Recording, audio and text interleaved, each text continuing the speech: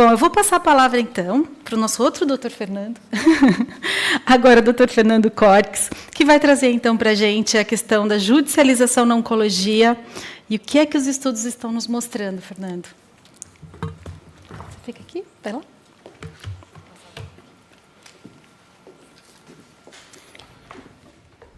Obrigado, Lu. Obrigado pelo convite.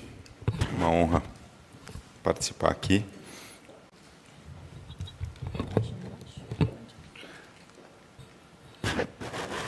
Bom, esses são os meus conflitos, mas talvez o meu maior conflito de interesse para estar aqui seja de ser cidadão brasileiro e de atuar tratando de pacientes com câncer. E eu queria falar um pouquinho sobre os dados e me aprofundar um pouco depois mais os dados especificamente dos tumores urológicos, falar um pouquinho mais de câncer de próstata, câncer de bexiga, que são as doenças que a gente acaba mais lidando no dia a dia, mas entendendo um pouco sobre essa questão de acesso especificamente para essas doenças, né? A gente tem super especialistas aqui com os quais eu aprendo bastante sobre esse tema e sempre aprendi bastante sobre esse tema. Mas, em termos dos processos para aprovação de novas tecnologias, o CONITEC, e falando principalmente no âmbito do SUS, é um órgão extremamente importante. Em relação às consultas a novas tecnologias do CONITEC, o que é mais consultado realmente são medicamentos, mais de 70% das demandas são relacionadas a medicamentos. E a gente tem visto, ao longo dos anos, que as contribuições a essas consultas elas têm aumentado. Então, isso eu acho que é bom. A sociedade tem participado mais, tem olhado mais para esses temas, e a gente tem visto cada vez mais nessas contribuições a sociedade participando. E grande parte das recomendações do CONITEC, desses medicamentos, são por incorporação. Né? Mais da metade, o CONITEC tende a recomendar a incorporação dessas tecnologias que foram recomendadas. Lógico que, e aí você entrar no mérito de importância de cada doença, de relevância, de valor da vida, não é isso que está em discussão, mas especificamente falando das doenças oncológicas, o apelo, muitas vezes, que essas doenças têm, ele é menor do que outras doenças que têm mais engajamento da sociedade, por exemplo, como doenças raras. Aqui eu trouxe um exemplo de uma medicação que ganhou bastante notoriedade quando foi debatido, e embaixo eu coloco aqui, foi uma medicação que mais teve participação popular quando foi avaliado pelo CONITEC. São doenças extremamente raras, né, e os medicamentos que estavam sendo avaliados, medicamentos extremamente caros, tidos como os medicamentos mais caros do mundo hoje. Então, o impacto financeiro na saúde é brutal para doenças extremamente raras, mas a participação popular acaba sendo bastante intensa. Então, isso acaba sendo uma das métricas que a gente usa para avaliar a incorporação, por exemplo, de uma medicação. Quando a gente fala das doenças oncológicas, a gente vê que a participação dessas incorporações ela é muito menor, e o que a gente tem visto ao longo dos últimos anos é que, como a gente viu muito bem nessa apresentação do Fernando e da Helena, a gente vai ficando para trás. E a forma com que as pessoas têm de compensar isso acaba sendo, muitas vezes, a judicialização. Então, a judicialização, em geral, e aí aqui a gente está falando de uma judicialização com um propósito idôneo. Lógico que a gente pode ver judicializações por motivos variados em relação à saúde. Aqui a gente está pensando numa pessoa que realmente, o indivíduo que tem uma doença e que está buscando o melhor tratamento. Então, acesso a tratamentos que deveriam estar disponíveis, a tratamentos que já foram, inclusive, aprovados, mas não tão acessíveis em determinado sistema de saúde, seja público ou privado, ou acesso a novos tratamentos que, às vezes, ainda não foram avaliados e não estão disponíveis.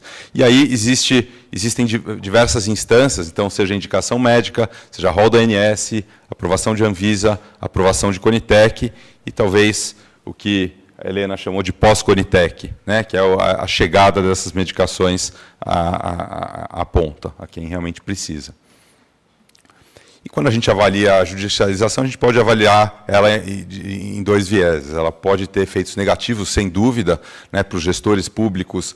Ela leva a gastos públicos excessivos, imprevisíveis. Ela pode estar associada a interesses particulares, lobbies específicos, e não necessariamente aos interesses dos pacientes, que às vezes não têm condições de avaliar se aquela ação ela está associada a um medicamento que é o melhor para ele ou não, e leva a privilégios de alguns indivíduos em detrimento da coletividade. Isso pode estar associado não só à iniciativa do indivíduo, mas acesso ao judiciário, à escolaridade, a diversos outros fatores que vão levar a esses privilégios. Mas, sem dúvida nenhuma, a judicialização é uma possibilidade de efetivação de direitos e de correção de distorções.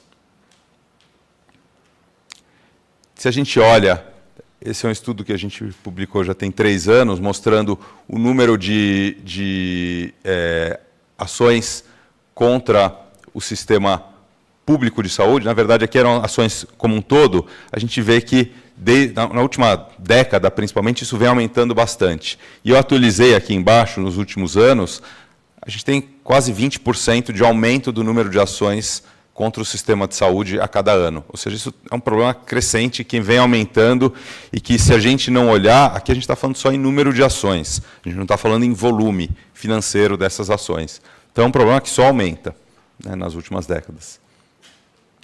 E isso a mídia tem documentado e tem noticiado em termos de valores, em termos de número de ações, em termos de impacto que isso tem na sociedade. Então, essa é uma realidade latente. Na saúde suplementar, e a realidade da saúde suplementar é um pouco diferente da saúde pública, a grande maioria das ações elas dão razão ao consumidor, as demandas são ou integralmente ou parcialmente favoráveis aos consumidores. A exclusão de cobertura de determinados tratamentos é talvez uma das grandes demandas, de quase metade dos casos, e o tratamento do câncer é quase 16% das demandas na saúde suplementar. Além de outros procedimentos que foram negados ou excluídos e aí são demandados, como radioterapia ou tratamentos específicos. Aqui a gente tem uma comparação do que vem acontecendo com a saúde suplementar e com a saúde pública em termos de demandas judiciais. Se a gente olha nos últimos anos, a saúde suplementar tem tido uma estabilidade, né, não tem tido uma mudança muito grande, né, e a cada ano a gente tem cerca de 2.000 ações contra um incremento de 2.000 ações contra a saúde suplementar. Já na saúde pública isso é bem diferente. Isso tem aumentado exponencialmente o número dessas ações. Então, na saúde pública a gente tem que ficar mais atento, porque o custo para a sociedade como um todo, pelo menos em número de ações, só vai aumentar. Lógico que não foi só nessa apresentação que a gente percebeu isso, o sistema como um todo já percebe isso, e o Natijus é uma iniciativa brilhante do Judiciário, junto com o Poder Público, para tentar auxiliar e sanar, em parte, e melhorar esse vetor. Eu acredito que as nossas ações aqui, elas não vão... Ninguém aqui individualmente vai resolver nada, mas se a gente vai melhorando um pouquinho o vetor do tratamento dos nossos pacientes, cada um vai contribuindo um pouquinho, e a gente vai... ano a ano, melhorando o que vai chegando na ponta. E o Natijus, ele foi um pouco isso, é uma iniciativa que tenta integrar a parte técnica, os médicos, com o Poder Judiciário, e fornecer notas técnicas para assessorar os magistrados a tomarem decisões mais acertadas e mais assertivas em relação a ações judiciais. E esses dados que eu vou mostrar são dados dessas notas técnicas desses últimos anos, dos últimos 3 anos, tentando entender como os nossos magistrados estão sendo recomendados, a partir dessas notas técnicas, a se manifestar frente a essas doenças específicas que eu mencionei. Então, em relação ao câncer de bexiga no SUS, a gente tem cerca de 170 notas técnicas que foram emitidas pelo Natijus por demandas relacionadas a essa doença, ao câncer de bexiga.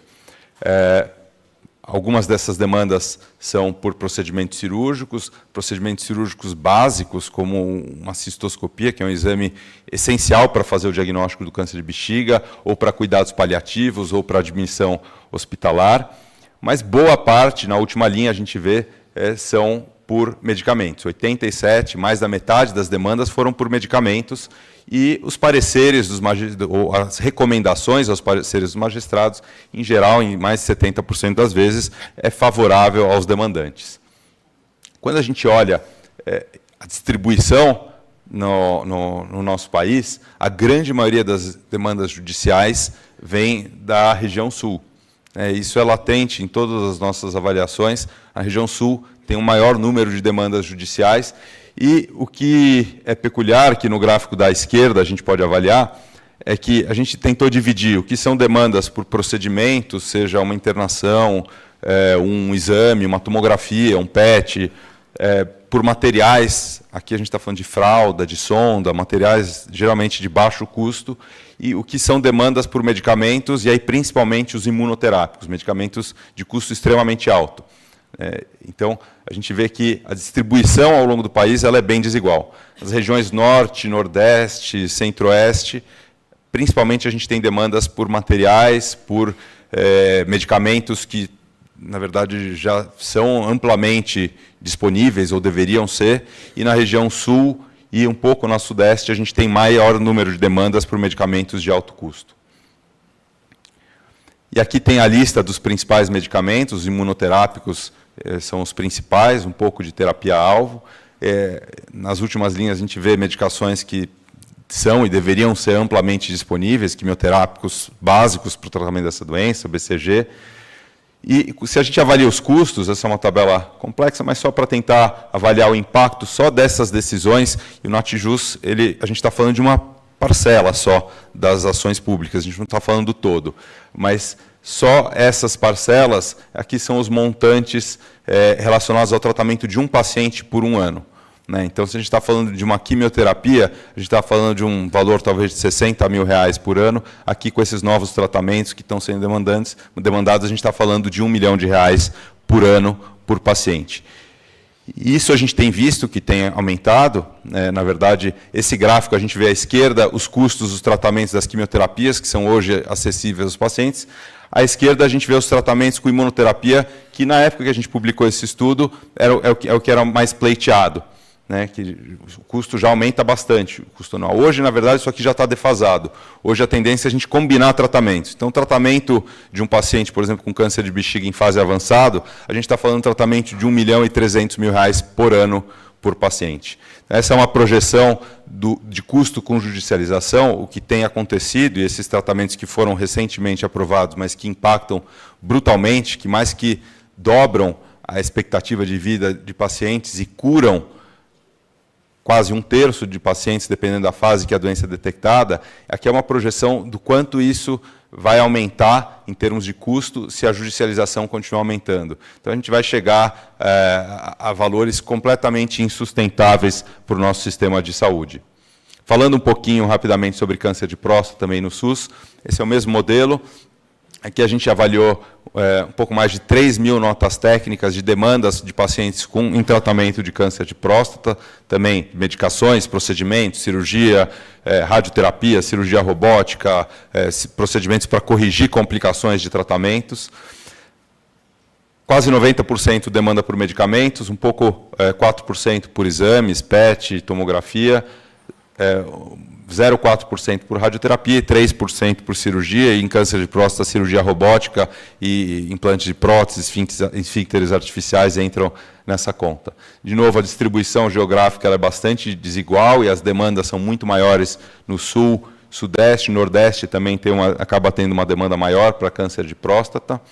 Aqui são os procedimentos, mas aqui eu vou me ater principalmente nos medicamentos. Então, quando a gente olha os medicamentos, a grande maioria dos medicamentos, aqui na linha do meio, estão os bloqueadores de receptores de andrógeno, 2.470 dessas ações, que são medicações que foram bastante revolucionárias no tratamento do câncer de próstata. Hoje, basicamente, a gente usa essas medicações em quase todos os cenários, não só na doença avançada, quando o bloqueio hormonal, que é o tratamento padrão da doença avançada, não funciona mais, ou não funciona tão bem, mas em combinação no início do tratamento da doença com metástase, no início do tratamento e associado à radioterapia, a gente usa em diversos cenários, e é uma medicação bastante revolucionária, via oral, com poucos efeitos colaterais, geralmente bem tolerada.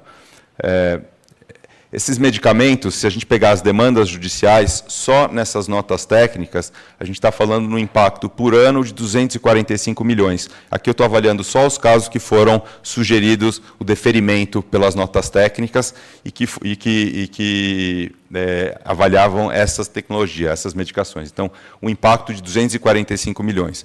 Lembrando, isso é uma parte das ações contra o SUS, só nas ações em que os magistrados solicitaram notas técnicas. Se a gente avalia na região sul do país, metade quase desses valores foram dispendidos na região sul do país.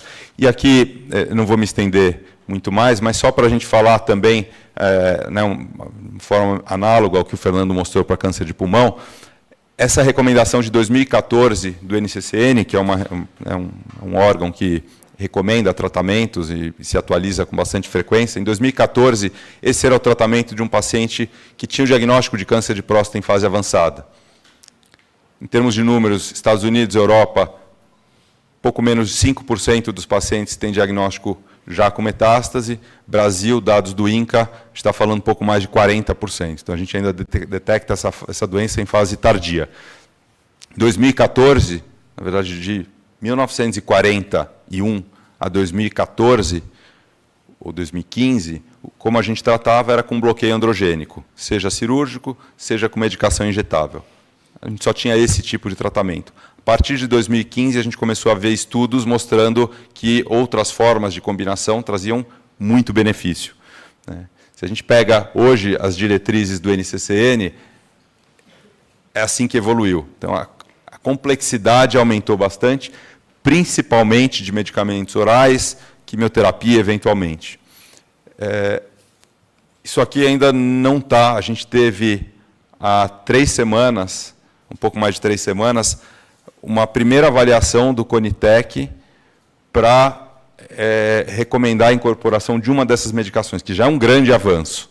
Isso ainda vai para consulta pública, mas isso não é a realidade. Tá? E qual que é o impacto disso? Se a gente pegar esses tratamentos, eles aumentam a expectativa de vida em 1 ano e meio.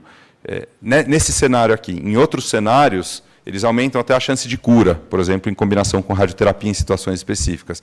Então, são medicamentos que têm um impacto brutal, são medicamentos via oral, que, comparado com quimioterapia, por exemplo, que é o que eventualmente se usa, não dá nem para discutir o impacto na qualidade de vida.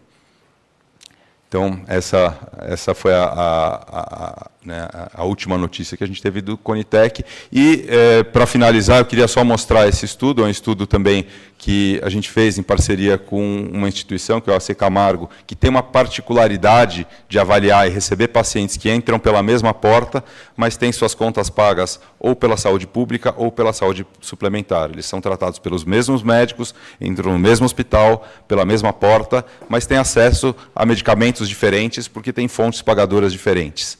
E os pacientes com câncer de próstata que chegavam por essa porta com metástase e fizeram seus tratamentos, a diferença do tempo que esses pacientes viveram foi de quase 4 anos.